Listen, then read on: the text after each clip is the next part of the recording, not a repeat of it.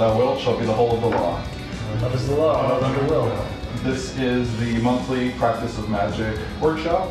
We've been doing these for about 12 months straight now, so this is actually the full year. This is a workshop through a community organization called Toronto Thelema, which is very naturally a group of Thelemites who live in Toronto, or anyone who's interested or curious about Thelema who happens to be local. We do monthly social events, these workshops, and quarterly ceremonies, which are open to the public around the equinoxes and the solstices.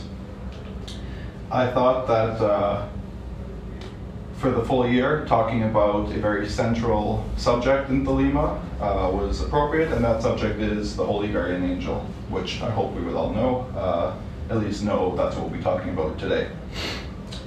I will be talking about what the angel is, what the nature of the experience of union with the angel is, known as knowledge and conversation of the Holy Guardian Angel. And I'll also talk about how that relates to another core concept within Thelema, which is the true will.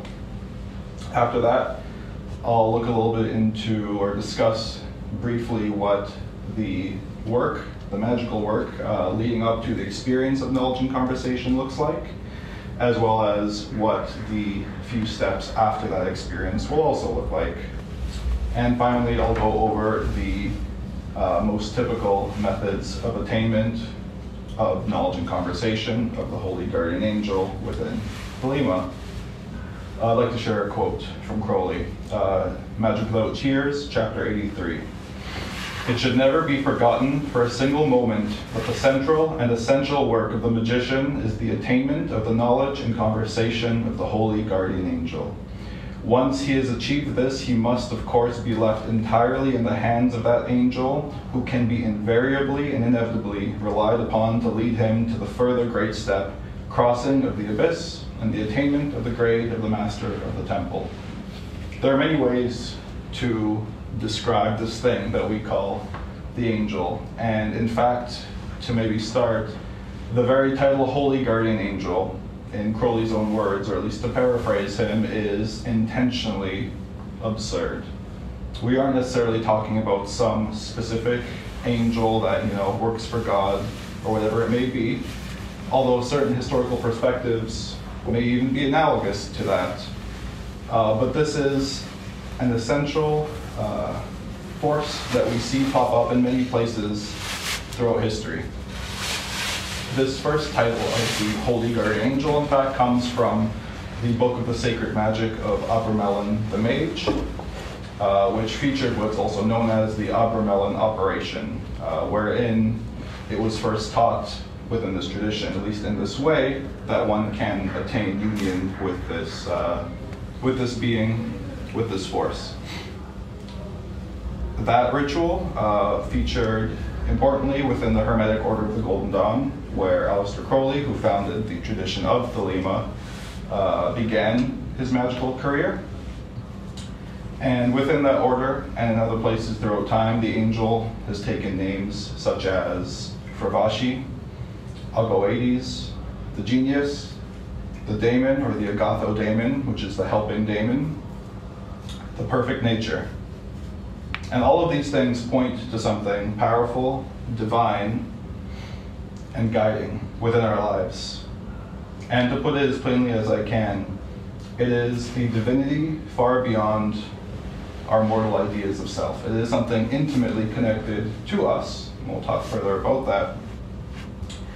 But it is a positive force within the life of any given individual, and, as we will see, accessible to any given individual. As I mentioned, we call it the Holy Guardian Angel, but it is not necessarily an angel as we might typically think in terms of Raphael or Michael or Uriel. It is intimately tied to us, and I'll discuss briefly what the mechanical or Kabbalistic perspective on the angel is. But something rejected within the tradition of Thelema is that this is just the higher self, because I think that's probably where many of our minds may go when we hear about these ideas of this positive guiding force intimately connected to us. And the reason why we avoid relating it to the higher self is because we want to avoid treating it as some mere abstraction of ourselves.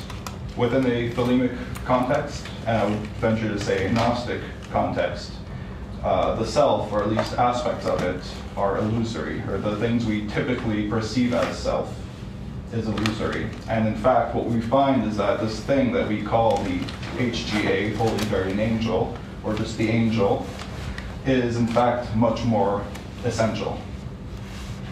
Mechanically speaking, we treat the angel as the divine point of Kether, which descends to us at the proper time to unite, where we begin on this journey of attainment typified by the Tree of Life.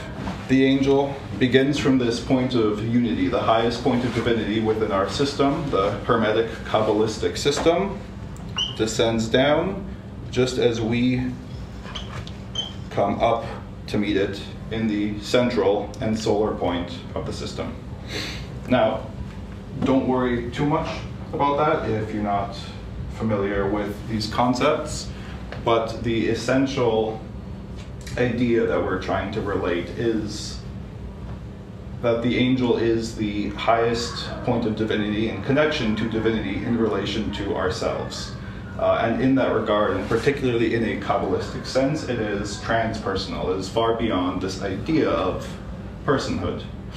And we, beginning symbolically at the very opposite end of this glyph, meet it in the very center, where we spiritualize ourselves, and the angel in fact becomes materialized in turn, and the material becomes spiritualized, the spiritual becomes materialized. Further, one more idea I want to raise, which will come back up. Symbolically, we perceive ourselves within the system as a microcosm. That first of all, we're complete in our composition as human and living beings, but more to the point, we are down here on the earth. And in contrast to the earth is the heavens, the sky, however we may want to phrase it, the greater universe. In contrast to this local earth, we call that the macrocosm. And within the Thelemic system, we treat this idea of the microcosm as being symbolized by a pentagram, which is the four elements and the point of spirit at the top. And we symbolize the macrocosm by the hexagram, which symbolizes the planets with the sun in the center. And in fact, when we talk about the angel, and we talk about, more to the point, the union of the angel, which, following this idea of microcosm and macrocosm, we in fact point directly to the union of the microcosm, the macrocosm, the pentagram, and the hexagram, symbolically at this central point. Now that's not that important, but that's a useful symbolic means of understanding the relationship between ourselves and this force in a Thelemic and Kabbalistic sense. So let's talk more now about the act of union itself, which we call knowledge and conversation, K and C for short, because it's wordy. As we heard in the opening quote, K and C is the central attainment of the Thelemic system. And there's really only one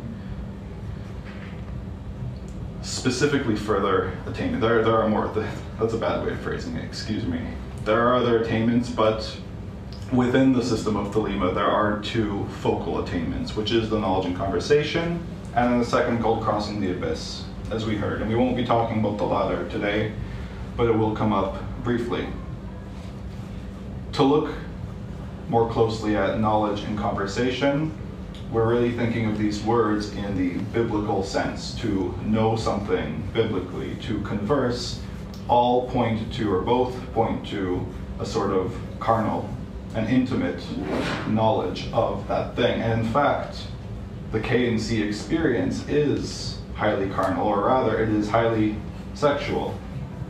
Not merely in terms of the typical or shall I say the gross and outer experience of sexual relations, but in fact it is sexual at a fundamental level, which is the union of polarities.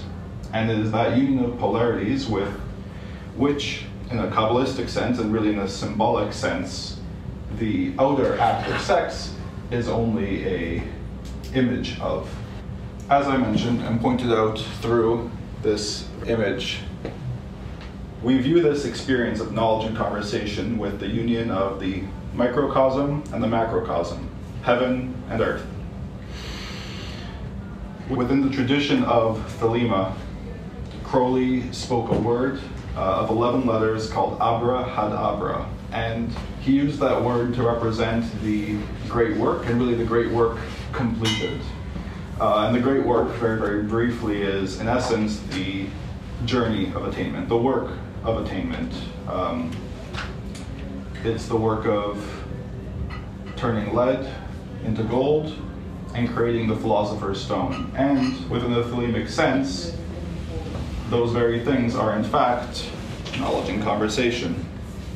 And that 11-fold word, abrahadabra, specifically encodes the two halves of the microcosm and the macrocosm. Very literally, the 5, the pentagram, and the 6, the hexagram. Again, more symbolism, but whether you're very familiar with the symbolism or whether you're hearing it for the first time, the use of really any kind of symbolism within an esoteric and occult tradition is to point towards an idea which otherwise is very challenging to explain, or which otherwise leads to confusion or misinformation. Something important, I think, to note is that knowledge and conversation and the HGA being so central to Thelema is one of the most talked about subjects and one of the more kind of sexy and fun subjects to talk about, maybe only dwarfed by Crossing the Abyss. And the issue of really talking about any of these things ultimately is that you are liable to mislead or to be misunderstood. And talking about it, even studying it to a degree, doesn't actually necessarily, rather, bring you closer to that experience. In fact, there's something to be said about being able to ignore the noise and work towards it without letting your mind run. And a large part of the work, as we shall see, is geared towards not letting your mind run with whatever thoughts and fantasies and ideas you may have, but actually going out and finding that experience and discovering most likely that it is, in a sense, beyond words. But if we have to give words to it, mechanically, in my opinion, knowledge and conversation, to put it as plainly as possible, is samadhi, the union of subject and object, specifically a samadhi upon the angel, where you naturally are the subject and the angel is the object. Samadhi is a yogic state of mind or a yogic state of being or awareness, which is the union of subject and object. There are many descriptions of it, and it's similarly something that isn't necessarily hard to explain. But at least if you understand what samadhi is, you can understand what knowledge and conversation is. And that is not to say that all forms of samadhi, all samadhi are K and C, but K and C is a very specific samadhi that occurs within a Thelemic context.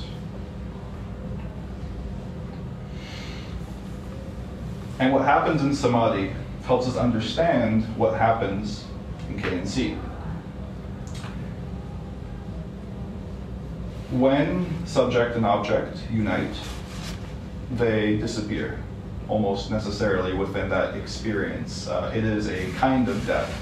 And I would argue it is a kind of death which, just like sex is the outer form of this union, in fact, samadhi is the death which, real death is actually the outer form. And in fact, more to the point, both samadhi, K and C, are linked intimately to the practice of sex magic, and specifically the orgasm. The orgasm we experience, which hopefully most of us have or will one day have, is the physical experience that represents the internal experience of samadhi, where two things unite and are obliterated, and from that something new comes out. And that is, I think, a perfect explanation of the K and C experience, wherein you have to, in fact, disappear into that experience in order for something else to occur. And leading up to that, that is a kind of death, which may be scary at first,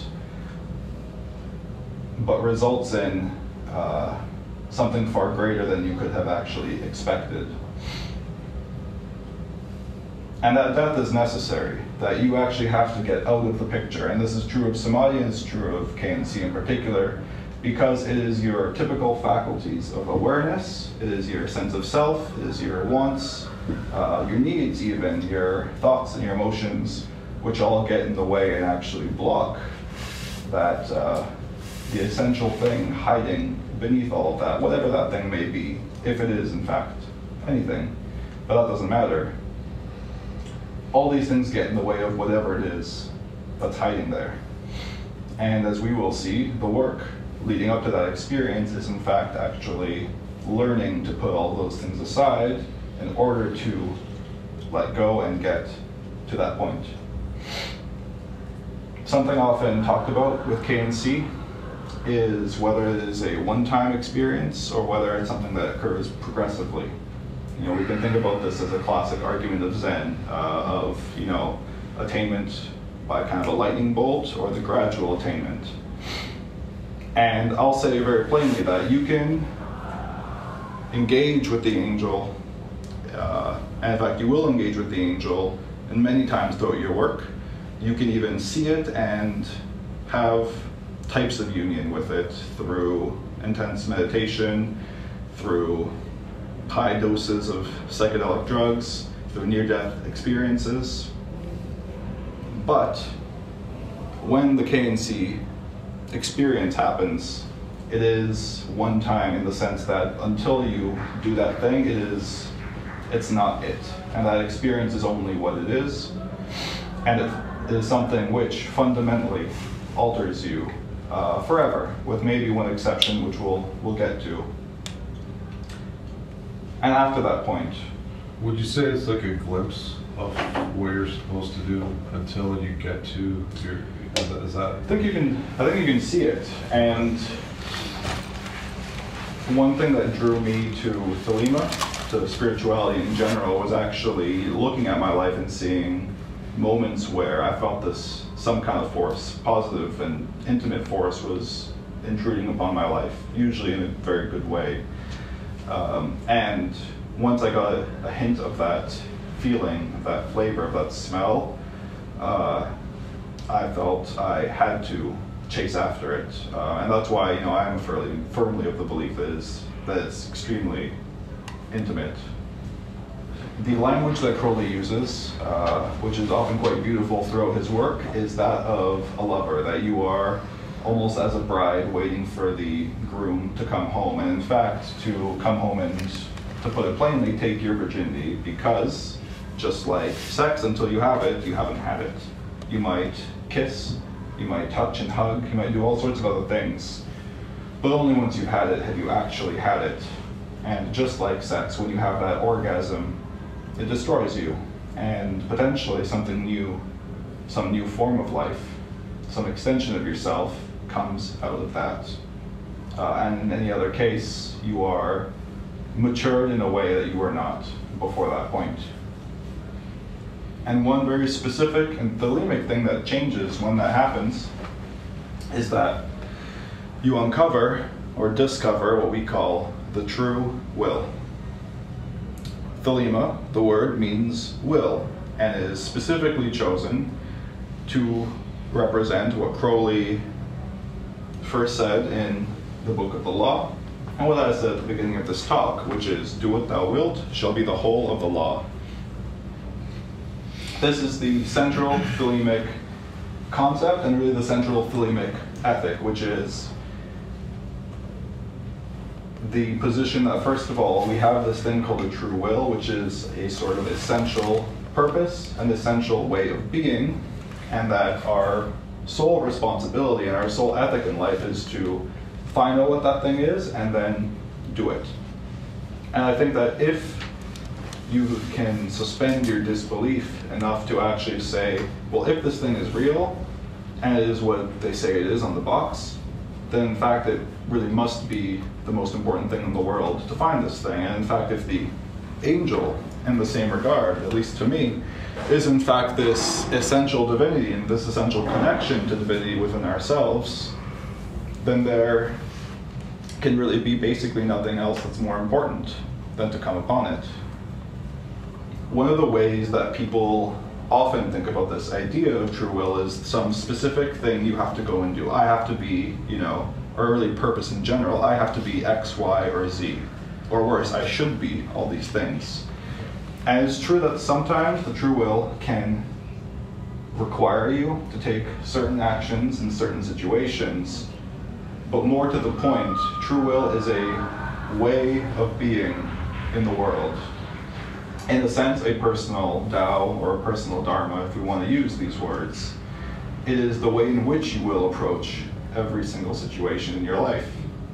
And the truth is, many of us have been doing that, or are doing it, and regularly do it throughout our lives. And throughout our lives, we can look back and say, oh, that was it. But the permanent change we are looking for by virtue of the Holy Guardian Angel, that connection to divinity and the knowledge and conversation of the Holy Guardian Angel, is to very clearly and explicitly know what that will is, in no uncertain terms, that you can say this is the capstone, this is the point, the sun around which every other part of my life rotates. It is the very most core of my being. And when you know that, you are now armed to approach any situation, no matter what it may be, because you know exactly how to be. I don't even want to say what to do necessarily, but you know how to be. That doesn't mean there won't be difficult decisions or that you will never be unsure again, but you always have something to refer to and in fact to juxtapose any other aspect of your life against. And I think something that people are often afraid of is, well, what if I don't want to do that thing? What if I don't want to be that way? What if I find out and it's too hard, it's too different to the way my life is organized?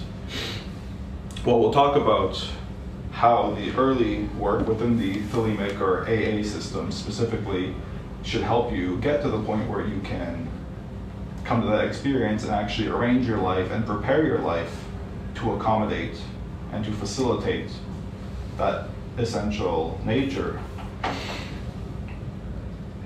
But the fact is, and this requires belief, unfortunately, until you do it, but the fact is that whether or not your life is arranged to facilitate the true will does not matter. If your life is not fit for the will, then it is wrong, because it is, in fact, essential to what you are. And that's difficult, and ideally you will have done the work to get yourself in the position to make it, to facilitate it, But it's a certainty that there is a way, and anything else is not the way, plain and simple. And that's why true will is the essential Thelemic ethic, because everything we do before we have discovered the will is this helping me get there or not?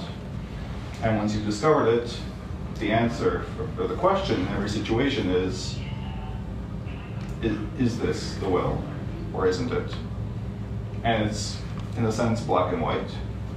So what does the work leading up to this experience look like?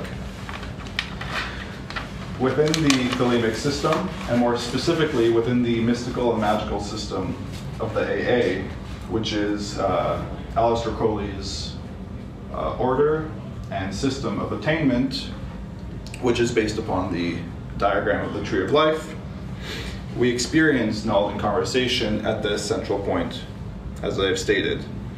And we have these 4 spheres, which represent grades within this order, that we work through to prepare ourselves for that experience, which again is the first major stop and really one of the central experiences of the system. To put it as simply as I can, the work we do in these early grades are to prepare our external circumstances, of course to learn about the methods of magic mysticism, to gain the skills we need, to balance our subconscious and put it in line with the work we're doing, to stop allowing it to rule us, and in fact allow a greater light and will of the angel to rule us and our subconscious, to deal with our rational minds and use the systems of reason towards our work, but not become obsessed by them. And then finally, to direct our emotions and really our love towards this work through devotional practice, ultimately towards this force. These are what we call the elemental grades. We associate them with the 4 elements, and in fact we associate the true will with spirit, which crowns the 4 in the image of the pentagram. Body and circumstances, the subconscious, the rational mind, the emotional mind. These are our tools, but they're also our, in many ways, enemies that hold us back from getting to this experience. And these are the things we must put in line. And we do that by the various, practices and readings and exercises of the system. But the basic idea, as I said earlier, is to master them and be able to put them in their appropriate places, so that when the time comes for that divinity to ascend, you're ready to let them go and become something more. And our main foe along this path, which is something I've actually talked about in a previous lecture, but that was like 4 or 5 months ago, is what we call a veil, or the veil of Paroketh, which just means veil, so it's the veil of veil. And what we call the dweller on the threshold. This dweller is, in a sense, the force blocking us from these lower grades to that higher light. And the dweller sounds scary, but really to me it is just the personification and the collection of your gross and imbalanced nature.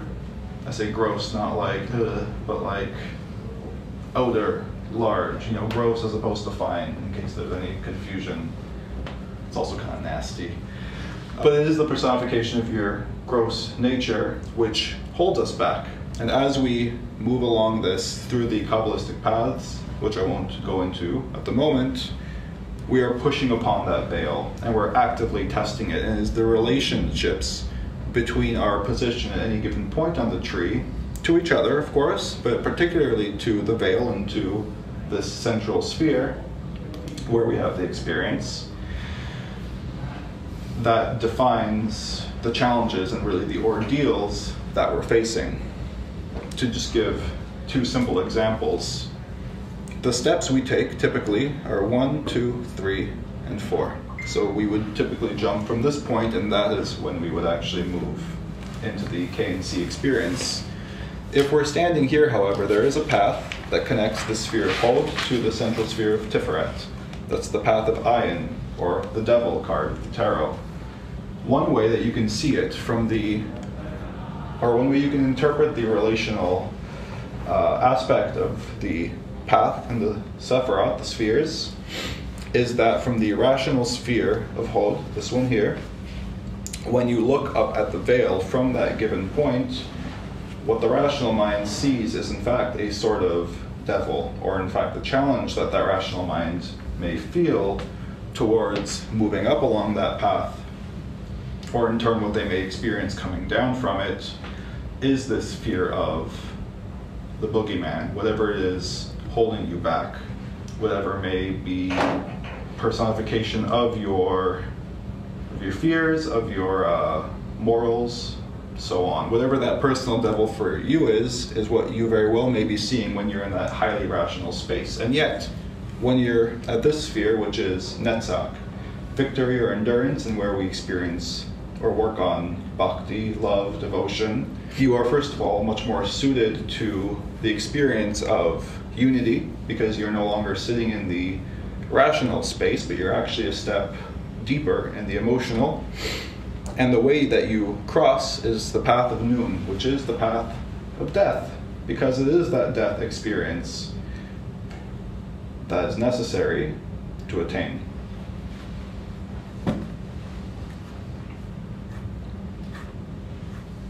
Regardless, wherever you are in the tree, and actually all throughout, and really at every stage, but before this point, you will face ordeals.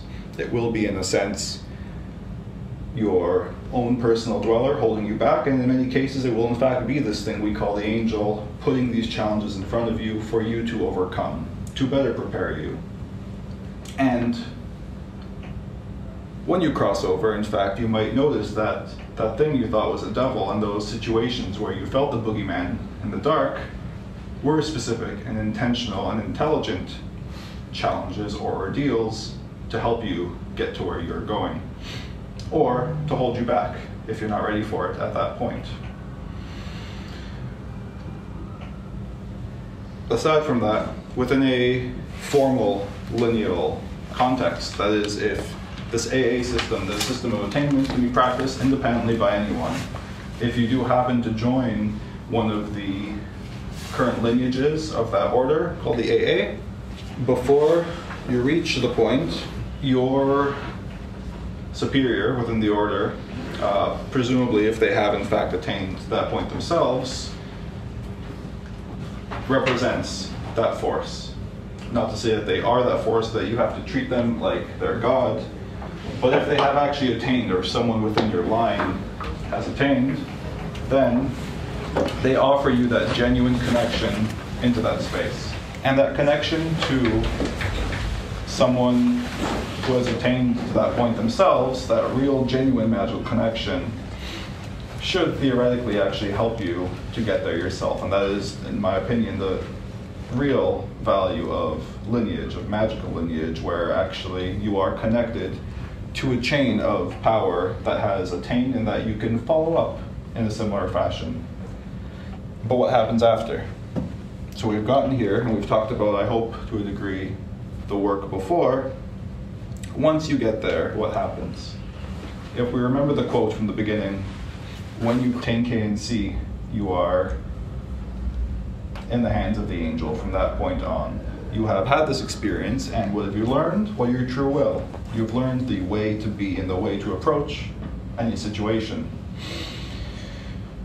With that, you will also learn through continued entries into the knowledge and conversation experience, which really is to say through continued practice of samadhi, upon the angels specifically. You will learn formulas, or you will notice formulas within your work so far. And when I say formulas, or formulae rather, you will learn specific concepts and methods to assess your own symbolic world, to assess the world outside, and actually to engage with the world, magically speaking. And you will often see that these formulae were present in your work leading up to it, but through the KNC experience, you're now not only adding to it, but connecting these ideas and operationalizing them. If we need to understand what someone who has attained this looks like and is doing, we can look, in fact, to Crowley. The writing, the output, and the creativity, which I think, frankly, is the clearest sign of an adept, someone who is creatively, in essence, speaking and working their own system, their own revelation. That's not to say that we chuck everything else out, but you are finding the way to cut your own, you're finding how to cut your own way through the jungle. And I think that's exactly what Crowley did, and we can see by the output, the way it's in fact very tailored and personal to him. Crowley's work is extremely Crowley. He can't get himself out of his work. Sometimes for better, sometimes for worse. But it is his story that he is telling. And the truth is, particularly upon the attainment of KNC and beyond, the point is not to borrow the rituals of Crowley or to try and be like him, but to actually go and see, well, what are my rituals? What are the formulas? And really, it's not that you go and see these things, but through continued experience of the angel and in continuing the knowledge and conversation of the Holy Guardian Angel, you will learn these things, and it will come very literally, divinely inspired. And you will perfect yourself by doing so through the remaining grades, these 3 in particular, until you've reached, in essence, the peak of what your reason, your sense of self, can do. And as the quote in the beginning said, once you get there, once you have perfected yourself as an instrument of what we call the true will, you will be left to let it all go. You'll let all of your attainments go. You'll walk away from yourself, and even, in a sense, from the angel, and you will do what we call crossing the abyss, which is out of the scope of this conversation. But be aware, and this is one of the ways that Crowley warns of the dangers one may face at these higher grades before crossing, is be aware that what we are seeking is a kind of annihilation, that even if you do all this work to have this attainment, to learn all these things, and to have these beautiful experiences and to find this essential connection to the world, you will be led to the point where you must let it go or suffer. And if you want to succeed, you will have to let it go. And you should remember that and internalize it if you intend to work this system. Because you don't want to get to the top of the mountain and realize, wait, I have to jump. Finally, I'm going to talk about a few of the main rituals to attain knowledge and conversation. The first ritual that we use, or that we might be exposed to when talking about knowledge and conversation, is the book of Abramelin that I mentioned earlier, and that's where this term, Holy Guardian Angel, was coined. To Crowley, in Crowley's time, the Abramelin operation, the performance of what's contained in the book, probably looked like it was a 6-month retirement where we store ourselves away and we pray fervently and prepare ourselves for this experience. In more recent time, we have, frankly, better translations. The DEN, D-E-H-N translation, which proposes 18 months retirement, where you store yourself away for 18 months, and you can't sleep with besides your wife if she's on her period, and you should have like a young boy serve you food and all these other good things, which theoretically, and so says Abramelin, will let you attain this experience. And at the end of that period, if you have obeyed it and purified yourself appropriately, you will have this experience. And after that, you will be set to actually call upon the hordes of hell and bind them or banish them according to the methods that this angel has now taught you. That is the classical image.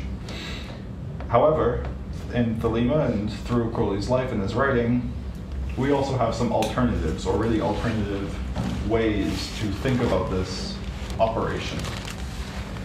The first, which might be most commonly known, or more commonly known, is Liber Samekh. Samekh is the path on the tree of life which connects this sphere to that central one.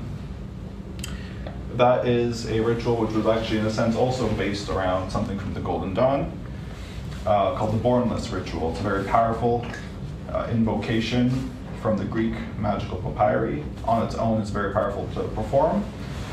And Crowley used that and expanded upon it to devise a ritual for his own attainment. I don't know anybody who's attained KNC using Liber Samekh, except for Crowley, I suppose. Maybe somebody has. But actually, we have and I'm just going to gloss over Samekh because you can go read it if you would like to know more. There's specific and very interesting things about it, and it's worth practicing. Or you can check out our most recent podcast episode, which was on that very subject. But there's a third instance. There's more than 3, but there's another instance, one which I find most important, which is Ritual VIII. This was featured in Crowley's Liber 418, or the Vision and the Voice, in the 8th Aether, which we just finished, I say we, few of us, off the back of last month's meeting on Enochian Magic, we just finished a 30-day reading of The Vision and the Voice, which has 30 aethers or visions to read through, one for each day. It's a very fun experience. Highly recommend it. And in the 8th chapter, in the 8th vision, we see Ritual VIII, which is a ritual for the attainment of the Holy Guardian Angel of K and C. And there are also specific provisions within the text of that, but what it points to, by way of deconstructing these other methods,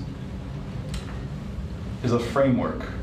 And that's, I think, the most important thing to pull out of Liber Samekh, to pull out of Abramelin, and even out of Ritual VIII, which is, the framework is that you plan a retirement, you use the means you have available to create ritual, and you invoke often.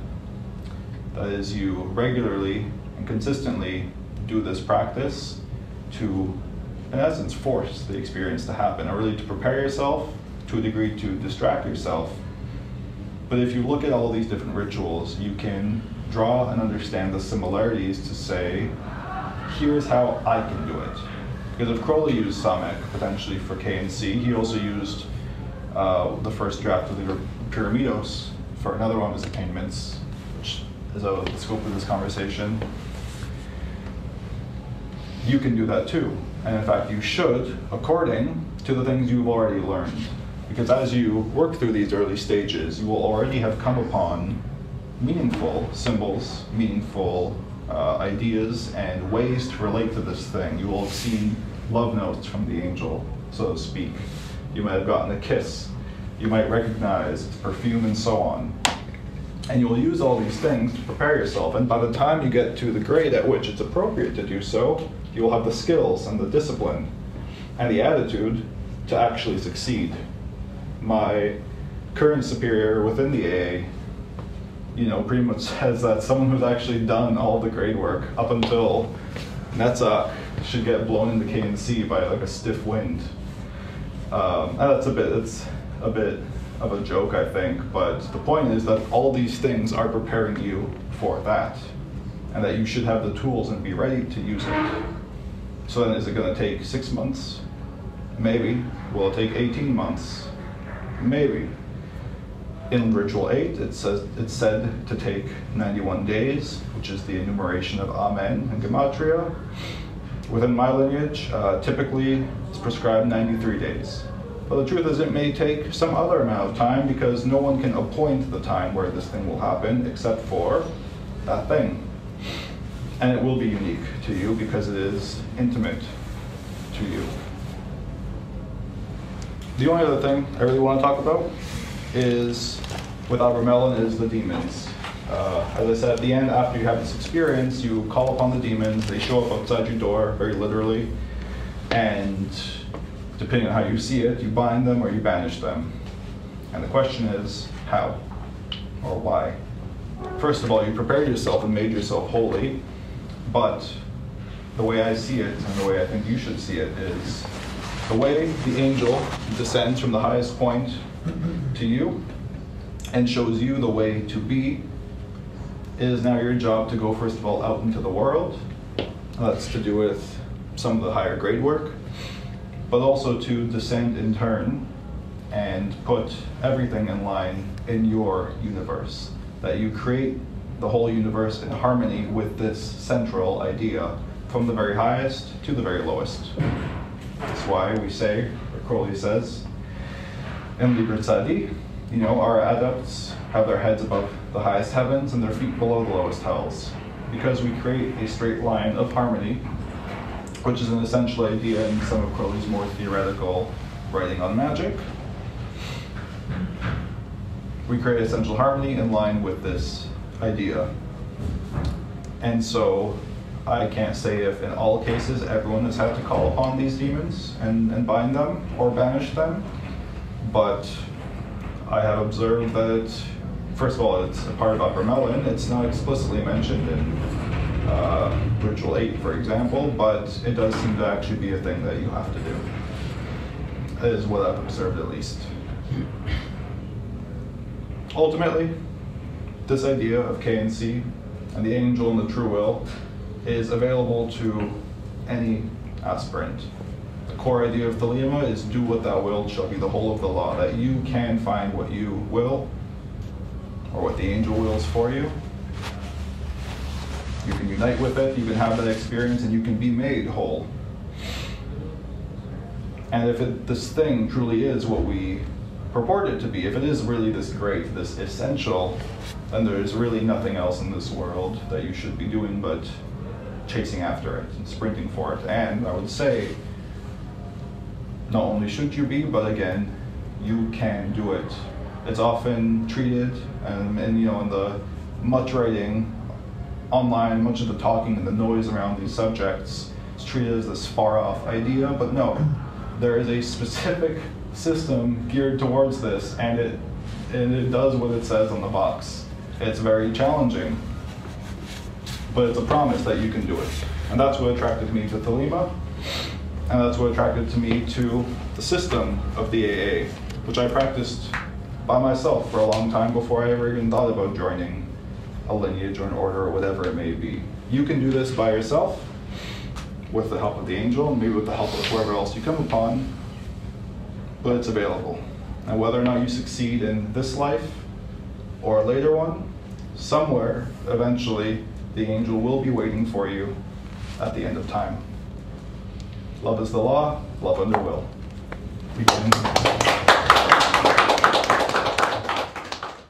Thanks for listening. Watch for events on Meetup and the usual social media spots, and find us online at torontothelema.org.